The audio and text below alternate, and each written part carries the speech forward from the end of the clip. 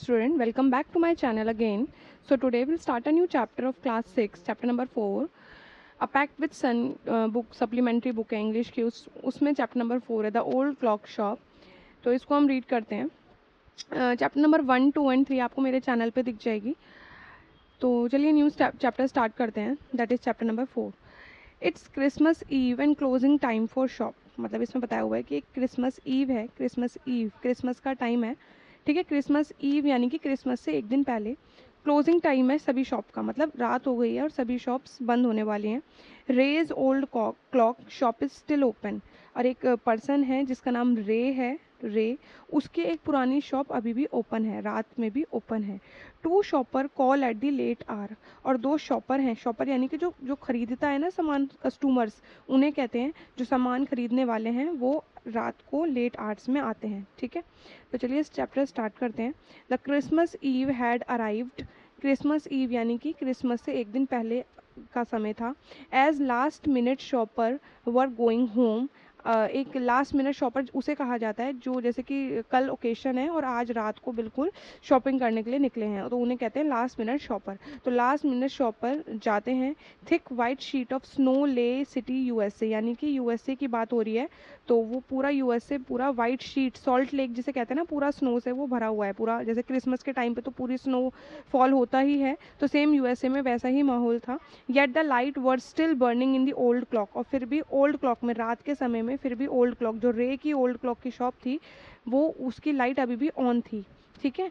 Def owner. और वो रे क्या था, रे बहरा था, सुन नहीं सकता था, डेफ था.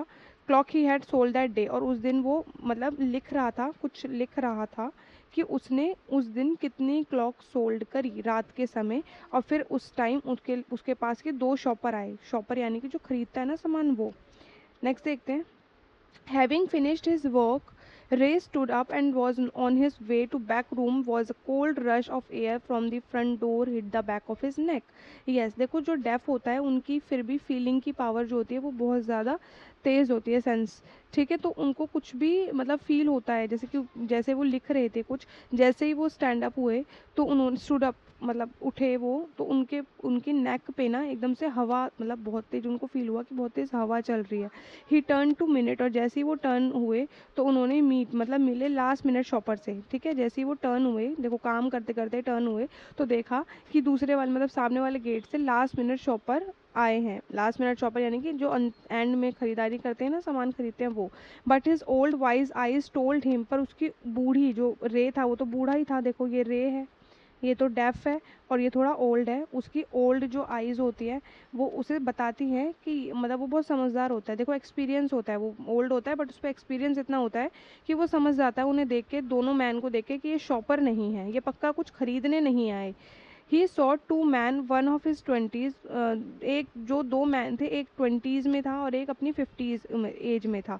The younger man remain at the door. The older man approach the counter with no sign of friendliness in his eyes. तो यंगर मैन जो था, ये जो यंगर मैन है, ये तो डोर पे अपना खड़ा हुआ है. और ये 50s वाला मैन ये अंदर आया है. और इसकी आइज से साफ साफ पता चल रहा है कि ये कोई भी फ्रेंडली नेचर का नहीं है. देखो हम कुछ शॉप पे जाते हैं तो अपनी फ्रेंडली नेचर दिखाते हैं ना, शॉप वाला हमें ग्रीट करता है, हम कुछ सामान लेते हैं, बट इसमें ऐसा कहीं भी शो नहीं हो रहा था इसके फेस से. ये 20s में है और ये 50s में. नेक्स्ट क्या होता है. Ray was able to hide his growing fear. उसके रे को डर लगने लगा उसको देख के, बट फिर भी उसने उस चीज़ को हाइड करा. He slowly pushed a note pad and pencil across the counter. और काउंटर, काउंटर यानी कि इसे कहते हैं, ये काउंटर है, इसे हम काउंटर कहेंगे. इस पे इसने नोटपैड और पेंसिल रखी और इसने बताना चाहा कि मैं अपने इशारों से, इन्होंने बताया, रे ने क्या बताया, कि मैं लिख नहीं, देखो क्या बताया. He smile at the unfriendly face then pointed to his ear. अपने ईयर को पॉइंट करते हुए उसने अपने साइड, अपने दोनों हेड, मतलब जो भी अपने हेड को मूव करा कि मैं दोनों साइड से नहीं सुन पाता हूँ ईयर से. A quick look of surprise change the man face. Man के जो मैन जो खड़ा था वहाँ पर 50s का, उसके एकदम फेस एक्सप्रेशन ही चेंज हो गए जब उसने नोट पैड में पढ़ा कि वो डेफ है. सामने वाला जो पर्सन है, जो रे है, वो डेफ है. And said something to his friend.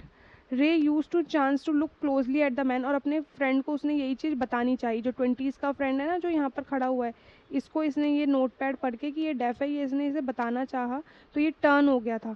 तो रे ने उस चीज़ का फ़ायदा उठाया और क्लोजली उस मैन को ध्यान से देखा और देखा कि उसके राइट पॉकेट में है, मतलब एक पहले तो उसके पास एक गन की शेप का कुछ है और साथ में उसका एक हैंड उसकी पॉकेट में है, इस तरीके से एक मतलब एक हैंड इसके पॉकेट में है और एक इसके पास कुछ गन शेप का कुछ है tool. Anger boiled with him but it was kept down my inner voice that sad, बहुत गुस्सा आया ये देखकर रे को, पर फिर भी उसने बोला बी स्टिल, मतलब उसने लिख के दिया नोट पैड पर। क्या लिख के दिया नोट पैड पे? मे आई हेल्प यू, क्या मैं आपकी मदद कर सकता हूँ। ये बात रे ने कही लिख कर। उसको गुस्सा आया फिर भी उसने ये सब चीज़ कही। For the first time the older man look directly at रे एंड स्माइल, और पहली बार ओल्डर मैन ने मतलब रे एकदम स्माइल करने लगा उसे देख के, ठीक है। अ क्रूल मॉकिंग स्माइल, अ क्रूल मॉकिंग स्माइल, मतलब हंसने लगा एक तरीके से, मजाक उड़ाने लगा एक तरीके से, मजाक, ठीक है। They both understood why he was there, दोनों अंडरस्टूड होने लगे, दोनों मतलब समझ गए थे कि वो क्यों है यहाँ पे। There why his friend remain at the door that they look like man who were down on his luck, यानी कि मतलब बेसिकली वो देख के ऐसा शो हो रहा था कि मतलब साफ साफ पता चल रहा था कि वो क्यों आए हैं यहाँ पर अपना बैड लक लेकर, and were not ready to try something they would, और वो उस चीज़ के लिए रेडी नहीं है, दोनों के दोनों 50s वाला 20s वाला, कि वो मतलब बाद में उनको पछतावा हो, बेसिकली कह सकते हैं कि वो कुछ चोरी वोरी कुछ ऐसी चीज़ करने आए हैं जिसकी वजह से बाद में उन्हें पछतावा हो, ठीक है। नेक्स्ट पैराग्राफ हम नेक्स्ट क्लास में करते हैं, तब तक के लिए do like share and subscribe.